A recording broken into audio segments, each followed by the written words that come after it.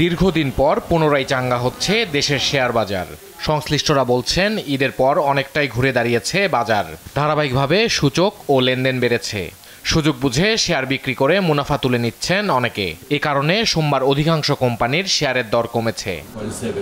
বিনিয়োগকারীদের অভিযোগ, কয়েকটি দুর্বল ও লোকসানি কোম্পানির শেয়ার নিয়ে শুরু হয়েছে কারসাজি।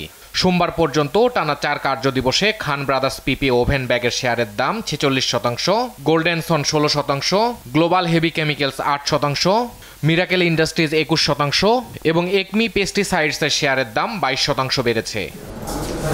লোকসানি কোম্পানির শেয়ারের অস্বাভাবিক মূল্য বৃদ্ধি ভালো চোখে দেখছেন না বিনিয়োগকারীরা। বড় ধরনের দরপতন ঠেকাতে ফোর্স সেল বন্ধ এবং বাজারের উপর আস্থা ফেরানোর আহ্বানও জানান তারা। অনেক সময় বিক্রি করার চেষ্টা করে এবং করছে, কিছু শুনতে পারছি। এই ব্যাপারে আমরা সিকিউরিটি এক্সচেঞ্জ কমিশনারকে আমরা অনেক সময় বলেছি যাতে এই ফোর্স সেল যাতে না করে। ফোর্স সেল করলে বিনিয়োগকারী অনেক ক্ষতিগ্রস্ত হবে। উনি কিছু হাউস হয়তো বন্ধও করছিল, আর কিছু হাউস ফোরসেল করে টাকা বের করছে। 96 থেকে বাজার পতন, তারপর 2010, এর ভিতর অনেকের নাম আসছে যে দুর্নীতি ও অনিয়ম দুর্নীতির সাথে জড়িত।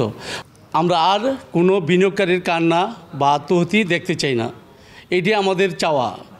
এই সংশ্লিষ্ট বিএসসি চেয়ারম্যান হইতে শুরু করে এবং মাননীয় প্রধানমন্ত্রী এবং যারা ক্যাপিটাল মার্কেটে জড়িত সবার কাছে উদাত্ত আহ্বান, আমরা একটা সুস্থ পুঁজিবাজার চাই। শেয়ারের ফ্লোর প্রাইস বাজারের জন্য নেতিবাচক, তাই তা তুলে দেওয়ার সিদ্ধান্ত সঠিক দাবি করে কারসাজি বন্ধের দাবি বিনিয়োগকারী ঐক্য পরিষদের। শেয়ার বাজারে কারসাজি চক্রটা, এই কারসাজি চক্রের কারণে বাজারে অনেক ক্ষতি হয় এবং সেই ক্ষতিটা গিয়ে কিন্তু সাধারণ বিনিয়োগকারীদের ঘাড়েই পড়ে।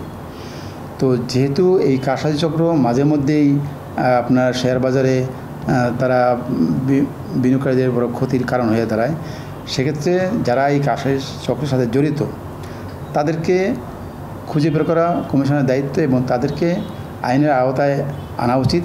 জরিমানা সহ তাদেরকে আইনের আওতায় এনে তাদেরকে বিচারে কাঠগড়ায় দাঁড় করানো উচিত। আমরা বাজারের স্থায়ী কোনো ফ্লোর প্রাইস চাই না, আমরা চাই স্বাভাবিক এবং স্থিতিশীল বাজার। সেজন্য এই বাজারে সুশাসন দরকার। নিয়ন্ত্রক সংস্থার নিশ্চুপ ভূমিকার সমালোচনা করে বাজার স্থিতিশীল রাখতে দ্রুত পদক্ষেপ নেওয়ার দাবি জানান বিনিয়োগকারীরা।